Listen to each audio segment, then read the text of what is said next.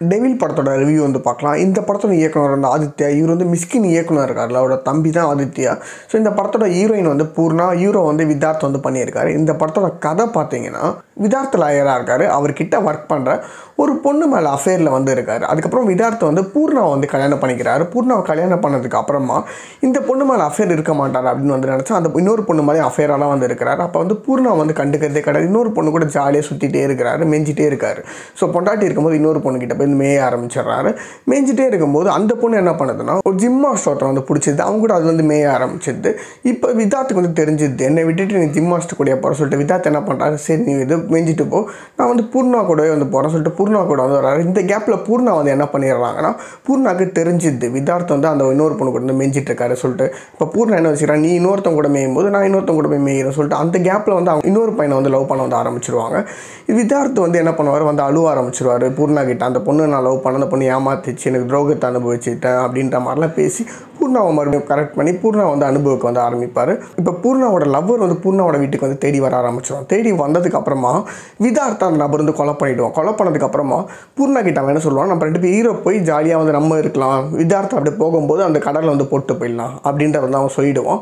லாஸ்ட்டாக அந்த பையன் என்ன பண்ணுவான், நைஸாக வந்து பூர்ணாவை கைட்டு ஓட ஆரம்பிச்சிருவான்.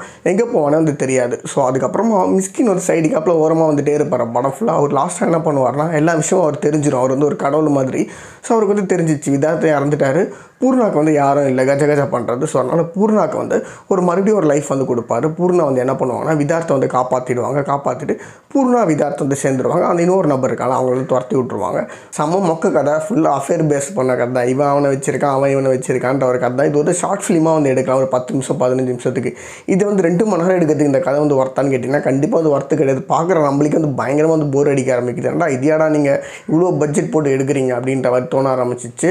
அதுக்கப்புறம் இந்த படத்தோட மிஸ்கின் வந்து போட்டிருக்காரு. படம் ஃபுல்லாக மியூசிக்கை போட்டு வச்சுட்டு கண்ட இடத்துலலாம் பாட்டு போட்டு நான் ஒரு இளையராஜா விட பெரிய மியூசிக் டேரக்டர் நிரூபிக்கணும்னு சொல்லிட்டு ரொம்ப மட்டமாக வந்து போட ஆரம்பிச்சிட்டாரு. எனக்கு என்ன தோணுச்சுன்னா, அந்த மியூசிக்லாம் கேட்கும்போது மிஸ்கின் கிட்ட இருக்க அந்த மியூசிக் இன்ஸ்ட்ருமெண்ட்ஸ்லாம் என்னோட வெப் சீரிஸ் வந்து எடுத்திருந்தேன். அந்த பசங்களுக்கு மியூசிக் இன்ஸ்ட்ருமெண்ட்டே இல்லாமல் வாங்காத அளவுக்கு இருக்காங்க. அவங்க கிட்ட அந்த மியூசிக் வந்து கொடுத்துடலாம், அட்லீஸ்ட் அவங்க நல்லா வாசிப்பாங்க. மிஸ்கின் தேவையில்லாமல் எனக்கு இதை வந்து ட்ரை பண்ணிட்டு இருக்காருன்னு தெரில. எங்கள் வீட்டில் சொல்லுவாங்க, ஏதாச்சும் ஏடா கூடமாக பண்ணோம்னா கையை உடச்சி அடுப்பில் வச்சிருவோம் அப்படின்னுவாங்க. அதே தான் எனக்கு மிஸ்கினுக்கு தோணுச்சு. இனிமேல் மிஸ்கின் மியூசிக் போட்டார்னா அதுதான் வந்து ஞாபகம் இருந்துச்சு, கையை உடச்சி அடுப்பில் வைப்போம். அந்த டைலாக் வந்து எனக்கு தோண்டிகிட்டே இருந்துச்சு.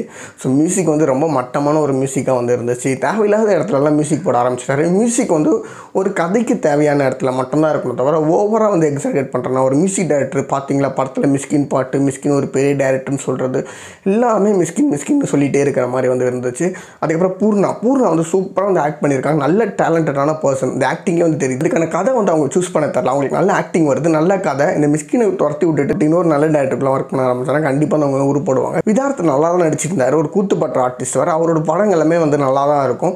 அவர் ஓடலனாலும் அந்த படம் வந்து கொஞ்சம் வேலிடான படங்களாக இருக்கும். எதுக்கு இந்த குரூப் கூட சேர்ந்தாருன்னு தெரியல. ரொம்ப மட்டமான ஒரு படம் வந்து நடிச்சிருக்காரு. இந்த பொண்ணு கூட படுகிறார், அந்த பொண்ணு கூட படுகிறாரு, ரொம்ப மட்டமாக வந்து நடிக்க ஆரம்பிச்சிட்டாரு. இந்த படம் முடிஞ்சதுக்கப்புறம் எல்லாரோட பேரும் ரெட் கலர்லேயே வந்து இருக்கும். அப்போ தான் எனக்கு தோணுச்சு, ஒரு ரெட் லைட் ஏரியாவை குறிக்கிறதுக்கு அந்த மாதிரி மிஸ்கின் ஏதாச்சும் வச்சிருக்காரா அப்படின்றதெல்லாம் தோண ஆரம்பிச்சிச்சு. என்னை பொறுத்தவரைக்கே கேட்டிங்கன்னா, இந்த வருஷத்தில் வர ஆரம்பத்தில் வர மொக்க படம் கண்டிப்பாக அந்த டெவில் தான் வந்து சொல்லுவேன். டெவில்னு டைட்டில் வச்சாங்க, அட்லீஸ்ட் பேயை காட்டணுன்றதுக்காக. லாஸ்ட்டாக முடிகிற எல்லா வீட்டுக்கு கிளம்புவாங்கள்ல, அந்த டைமில் வந்து சும்மா லேட்டாக பேய் மாதிரி காமிச்சிட்டு போகிறாங்க. ஸோ எதுக்கு இந்த டைட்டில் வச்சாங்க? மிஸ்கின் வந்து என்ன கேரக்டர்னே தெரில, சும்மா ஆரம்பத்தில் வந்துட்டு போயிட்டுருக்காரு. லாஸ்ட்டாக எனக்கு என்ன தோணுச்சுன்னா, மிஸ்கின் வந்து ஒரு கூட்டி கொடுக்குறாரு மாமாவால், அந்த மாதிரி தோண ஆரம்பிச்சிச்சு எனக்கு.